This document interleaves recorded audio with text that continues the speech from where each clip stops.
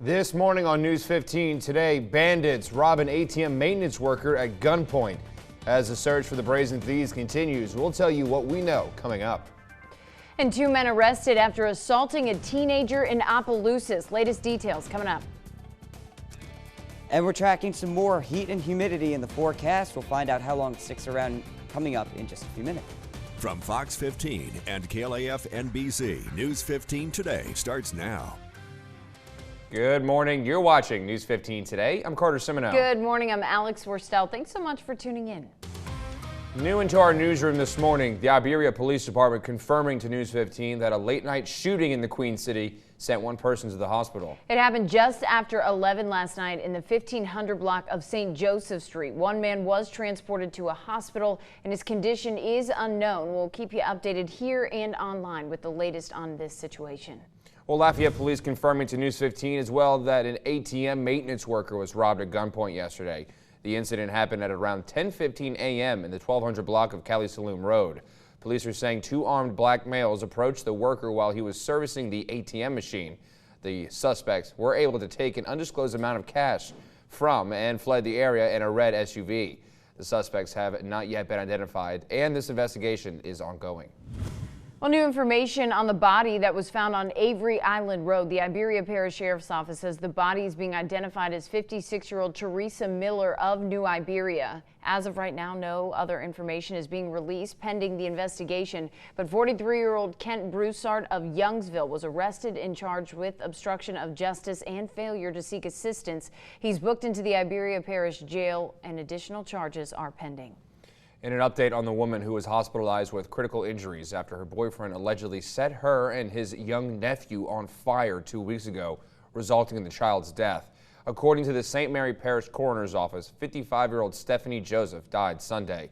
The identification and official cause of death of the child is pending an autopsy by the St. Mary Parish Coroner's Office. Well, two suspects in Opelousas were arrested over the weekend for beating up a minor. According to Sheriff Bobby Guidros, 18-year-old Damian Lestraps and 20-year-old Josiah Joseph began punching and stomping the victim in his front yard. Witnesses saying the two suspects fled the scene and threatened to shoot up the homes of both the witness and the victim. Joseph and Lestraps were booked into the St. Landry Parish Jail on charges of cruelty to juveniles.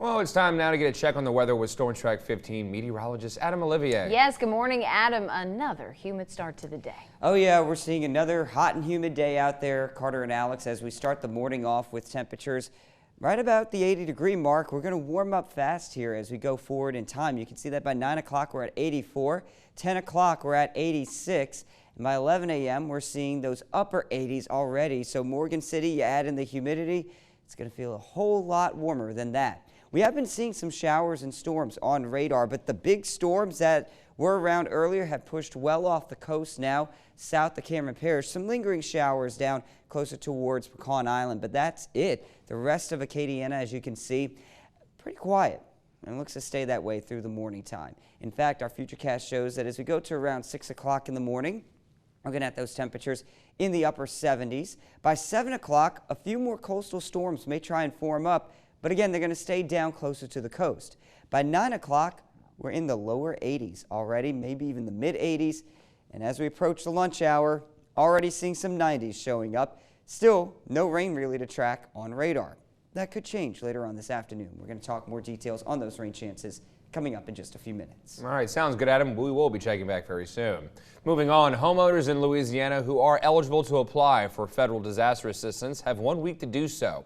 In Acadiana, Lafayette is the only parish eligible for assistance for the property damage or other losses due to severe storms back in May. The deadline to apply is August 2nd. In our 8 o'clock hour, we will be speaking virtually to a FEMA representative for more information as the deadline approaches. Well, the Guillory administration wants to reopen two public pools here in Lafayette. The administration announced that it plans to spend $2 million in federal COVID relief money to get the pool at Girard Park and the O.J. Mouton pool on Mudd Avenue back in service. Both pools closed in 2019 due to leaks. A portion of that $2 million would also be used for upgrades to the pool at the MLK Center, which recently reopened. We're hoping to use these funds to get our pools not only operational, but maintained throughout the year, getting them in a condition that we can be proud of, that we can look at and just really enjoy every time the season comes around. Well, in all, LCG has about $85 million in federal relief money at its disposal. Guillory released a plan last week on how he intends to spend it, although it will be up to the council for approval. The Salvation Army doing its part to help the community beat the heat this blistering hot summer. The agency's Lafayette operation on East 3rd Street conducted a fan giveaway for seniors age 55 and up. Dozens of fans were distributed to folks in need. At the end of a busy hot day, I get to go home in the AC. Not everybody get to do that. And so for us to be able to step in and provide this to our neighbors in need, because everybody doesn't have AC, everybody doesn't have a unit that's working properly. So this is a small way that the community has stepped up and been able to give back. If you're suffering in an unair conditioned residence and need some assistance, you're urged to call 232-HELP to find resources. Well, the Academy of Interactive Entertainment started a week-long game programming camp for 12 to 18-year-olds. The camp introduces campers to the basic behind video game programming using the Unity 3D game engine, helping them solve common problems game programmers face in developing games, and it gives them a glimpse into what a career in game programming can be like. Gives them something to do over the summer, and they learn the basics of this skill, and they can see if they want to do it later on for a career, if they want to come to school and do that for a full-time job later on in life. Well, the camp concludes on Friday with a pizza party and certificates of completion for campers. Well, News 15 and the Harlem Globetrotters are giving away tickets and a VIP meet and greet to their upcoming visit to Lafayette. Go to KLAF.com right now to sign up. Prizes include that meet and greet, a family ticket pack, and Globetrotters merchandise. Winners will be announced during News 15 at 9 and 10 p.m. on July 30th. The Globetrotters are at the Cajun Dome on August 8th. So to come on News 15 today, as COVID-19 cases continue to rise here and across the country, has the opinion shifted on whether or not you plan to get vaccinated? We hear from locals on their thoughts. Plus, the Superdome has a new name. The ink is finalized for Caesars to assume naming rights. We break down what this means for the city of New Orleans coming up. And some big storms offshore headed away from the area, but we could see some more reforming, not until later on this afternoon. We're talking about those sunny and dry mornings in the forecast, so coming up. And up next, we head over to Cité des Arts to join Al Hebert as he goes behind the curtain as they get ready for a new production. Stay with us. We'll be right back after this break.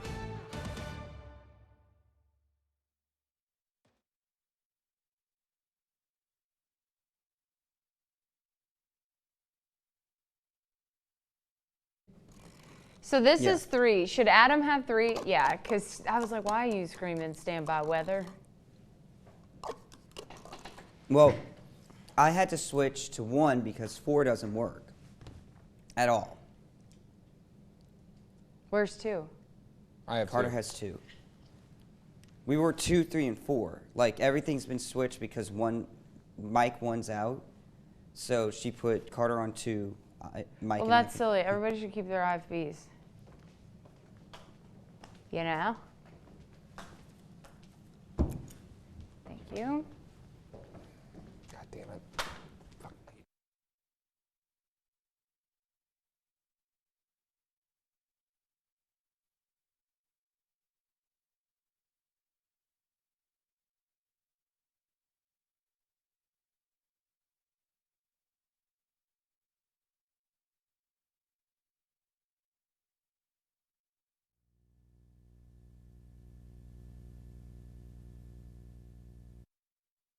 He did it between 67 and 71, since he used the Pope as the reference.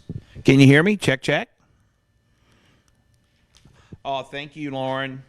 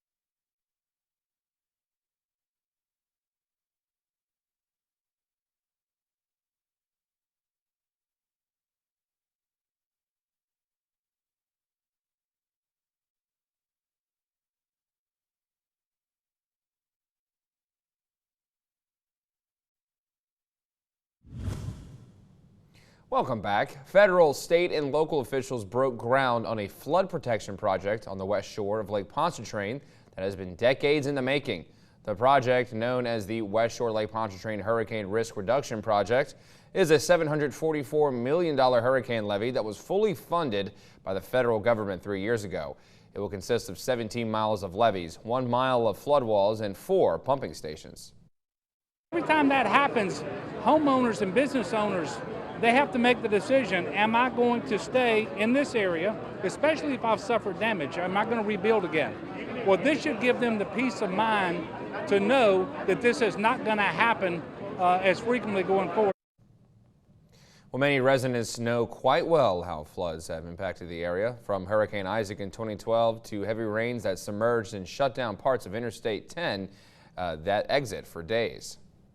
Well, the ink is now dry on a deal between the Saints and Caesars Entertainment for a 20-year deal that gives the casino operator exclusive naming rights to the Superdome. This deal is aiming to bring more big sporting events and entertainment acts to New Orleans. The terms of the deal are not being made public, though the state budget committee last week put the overall value at $138 million. The new Superdome deal will bring in about $6.9 million a year. It's more lucrative than the Mercedes-Benz one, which reportedly brought in $5.5 million to $6 million annually. Well, much like myself, Al Hebert loves the theater, and we find him at Cité des Arts this morning. Yes, he is with the theater company previewing their production of the House of Blues. We're going to send it out to him this morning. Al. Carter, Alex, I'm never sure who is the morning show thespian, whether it's Carter or me. I don't know. But hey, I'm in a theater, so maybe this morning it's me. And with Cooper Helm, LRE Theater Company, and you have a new play coming, right? Yes, we do. It's called The House of Blue Leaves by John Guare, and we're going to be opening this Friday. And we're opening with a gala with complimentary food and drinks. The doors will open at 6 o'clock for that social, and then the play will begin at 7:30. The show runs 6 performances, 2 weekends.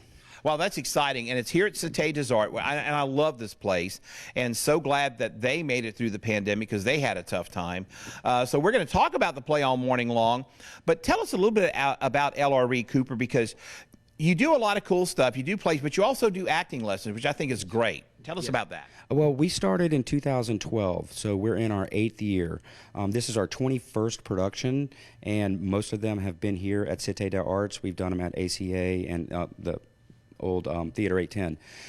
But we've also started acting classes about 4 years ago, and it's a very unique acting class because you take the class and it's a scene study class, and then it's 5-week class, and it's every Sunday, and the last Sunday we do an actual live performance in front of an audience, showcase. So the actors get to utilize what they've learned in front of an audience, which is kind of if it's your first time doing it, it can be nerve-wracking, but it's the experience of doing live theater.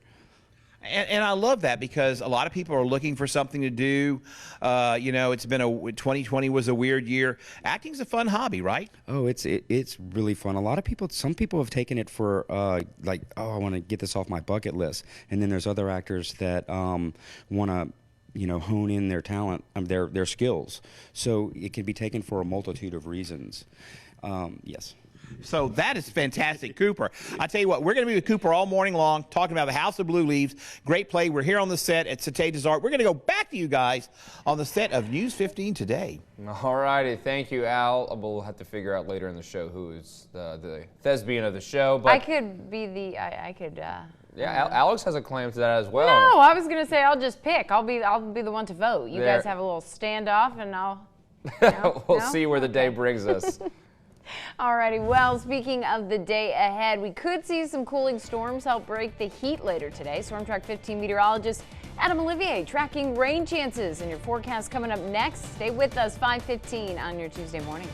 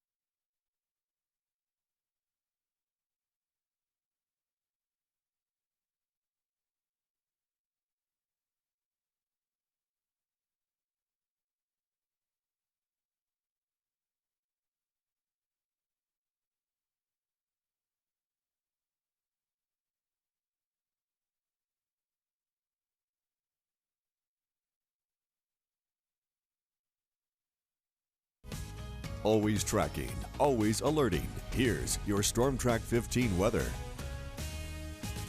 Welcome back. Time now 5:18. The summer heat looks to be sticking around this afternoon. Let's find out if cooling storms will help break the heat with Storm Track 15 meteorologist Adam Olivier. Adam, what can you tell us? Well, Carter and Alex, we are going to be watching for more of those showers and storm possibilities, but not a whole lot out there to really help break that heat. We're going to get hot yet again in the afternoon hours. Now, you look outside right now, and it's a mild and muggy start to the day. 75 in New Iberia, 76 in Opelousas, and 78 in Lafayette. Now, everybody reporting clear skies. We did have some coastal storms earlier. Those have since kind of pushed offshore, and that's going to leave us with a dry morning overall. Now, I say dry in the relative sense, meaning there's not going to be any showers and storms.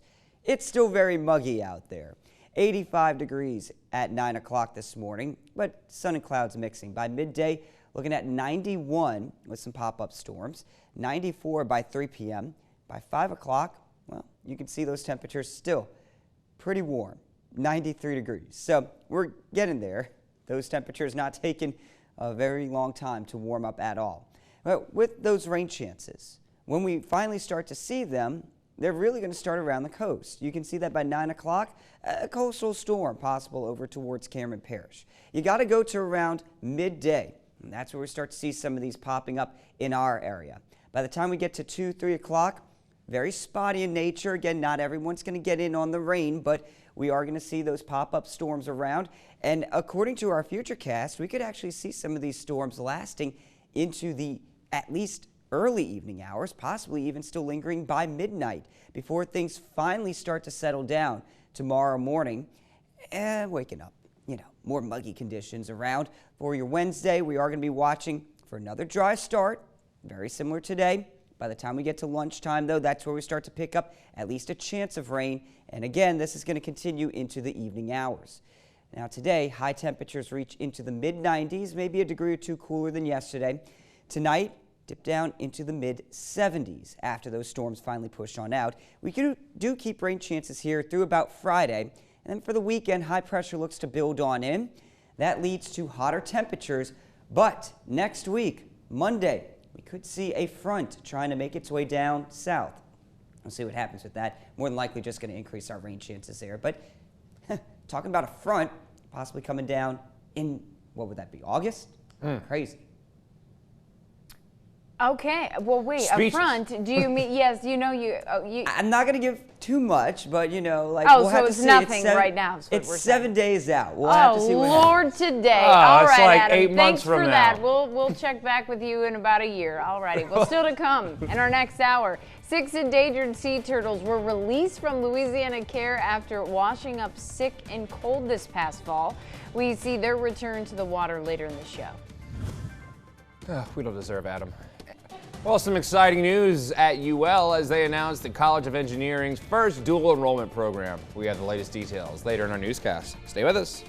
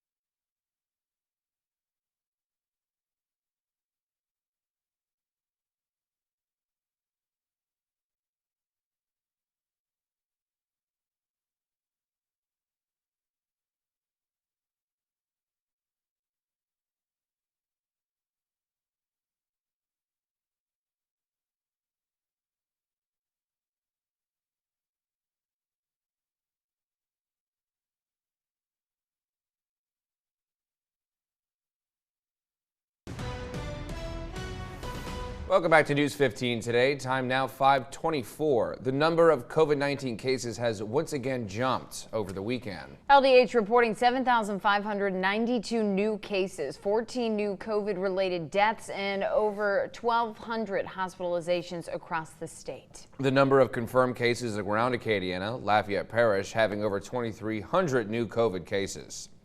And the number of confirmed deaths by parish due to COVID. Lafayette Parish still has the highest number of deaths here in Acadiana. In Church Point, the community will be, the Church Point will be getting ready for school to start with a back-to-school COVID-19 vaccination event. The event will be held this Wednesday at Lenora's on North Main Street. Food and refreshments will be provided. The vaccine offered at the event is the Pfizer 2-dose, available for anyone ages 12 and up. Well, this weekend, the United Way of Acadiana is coming together with Auctioneer Lafayette General and the Boys and Girls Club of Acadiana, hosting a community wellness fair. The fair is set for this Saturday at the Boys and Girls Club of Acadiana. They're offering on-site COVID-19 vaccinations and other free services, including rental assistance and Medicaid enrollment. Support services will be at the Boys and Girls Club from 8:30 a.m. to noon. The worries of COVID-19 are increasing throughout Acadiana for several people, as reported cases climbed to over 7,000 just this past weekend, as we just mentioned. Representative Clay Higgins announcing via social media that he was diagnosed with COVID-19 for the second time. Lafayette resident Victoria Benoit says she hopes people are encouraged to get vaccinated during this uncertainty. Protect us all. It's not just about I myself, it's about my community. And I don't want another shutdown. My husband and I are in the mental health field, and people have been suffering with mental health issues, and we need to be out and be normal. We need people. Well, many of the people we spoke with are vaccinated. Those that weren't are thinking about making the move to receive the shot after hearing the news of the increases in high cases. Well, as COVID-19 spreads quickly through parts of the country, local governments, hospitals, and now even a federal agency are requiring employees to get vaccinated. It's raising questions about public safety versus individual choice. Tracy Potts has more on how that debate is playing out coast to coast. New York City, California, and now one federal agency will require public employees to be vaccinated or test frequently. Veteran Affairs is going to in fact require that all docs working in facilities are going to have to be vaccinated. In New York, that's teachers, police, firefighters, office workers. This means everybody. California's major health systems are joining the mandate, backed by more than 50 health organizations, choosing public safety over workers' rights. You can't choose to drive drunk. You put your life at risk, you put other lives at risk. At the end of the day, we've got to be a little bit more assertive. Health officials think we'll see more mandates as COVID infections surge and hospitals struggle to keep up. The only thing we should do, which is compel vaccination via mandates, and I think that's going to be the story over the next 6 months. Some cities are reverting to mask mandates. These numbers are too alarming to ignore. The focus, 100 million unvaccinated Americans. I just remember sitting in the hospital and just thinking to myself, you could have avoided this. And there's a new focus on children under 12. Pfizer and Moderna announced they're expanding vaccine studies amid rare reports of heart inflammation. In states with the biggest surge, vaccination rates are inching up, but they're not yet keeping pace with new infections. Tracy Potts, NBC News. Well, coming up in our next half hour, one local organization is focusing on improving public safety without mass incarceration. We hear from the voice of the experienced later in this show. And while things are quiet out there right now, I-10 at Ambassador, we're going to see more muggy nights and hot days in the forecast. Details on that coming up.